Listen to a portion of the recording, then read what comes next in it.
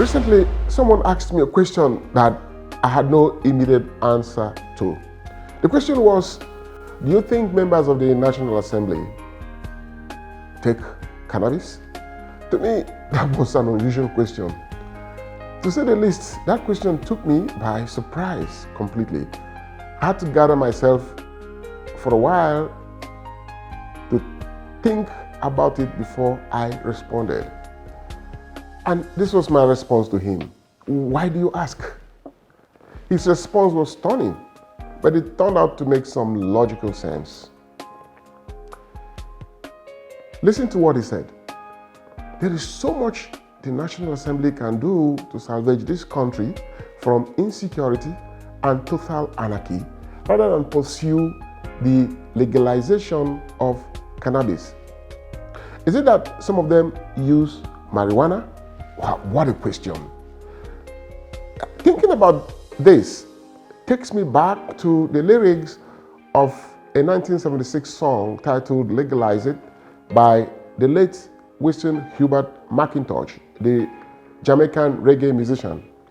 In the said song, McIntosh, popularly known as Speedy Touch, a contemporary of Bob Marley, alleged that the police, judges, lawyers, academics, nurses, and even doctors use marijuana. The question is, do members of the National Assembly use cannabis? I have no answer to this.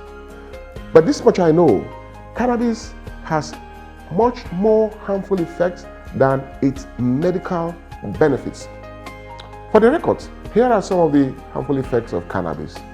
Number one, cannabis fast tracks the onset of psychotic illness or mental disorders among young people in particular. Number two, it stirs up suicidal tendencies amongst young people. Number three, marijuana propels the prevalence of rape. Number four, over 90% of all persons involved in violent crimes use this drug.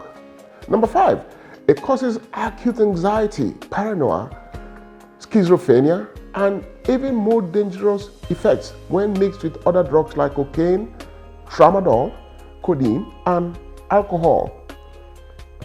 Or it affects short-term memory, which is required mostly by young people to process learning. Here are the other effects of the drug. One, the use of cannabis aids in escalating the spread of HIV/AIDS. Number two, it affects timing, which could cause fatal road or industrial accidents. Number three, cannabis adversely affects the respiratory, immune, and reproductive and central nervous systems. In fact, long intake of cannabis can cripple the male sperm, leading to infertility. Number four, it also has adverse effects on T cells, which destroy the immune system of the human lungs.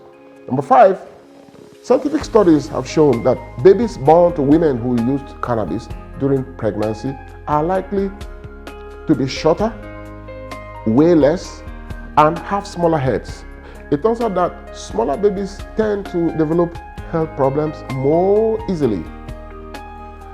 Number six, users of cannabis lose their motivation very, very easily. Of course, there are several other negative consequences or effects of cannabis that cannot be completely captured in this presentation. Suffice it to say that the legalization of marijuana will amount to loosening control on dangerous drugs in our country at this time. It will impact very negatively on public health and security generally, given the correlation between substance abuse and criminality. Now, what is more, it will be a first step to legalizing substance abuse in Nigeria. That will then open the floodgate of junkies in our country. The negative impact this will have on security and the productive quality of our youth generally can only be imagined. It is on that note that we at the African Council on Narcotics take very strong stand against the bill to legalize cannabis in Nigeria. I want to thank you so very much for watching this video. Please share this video with others.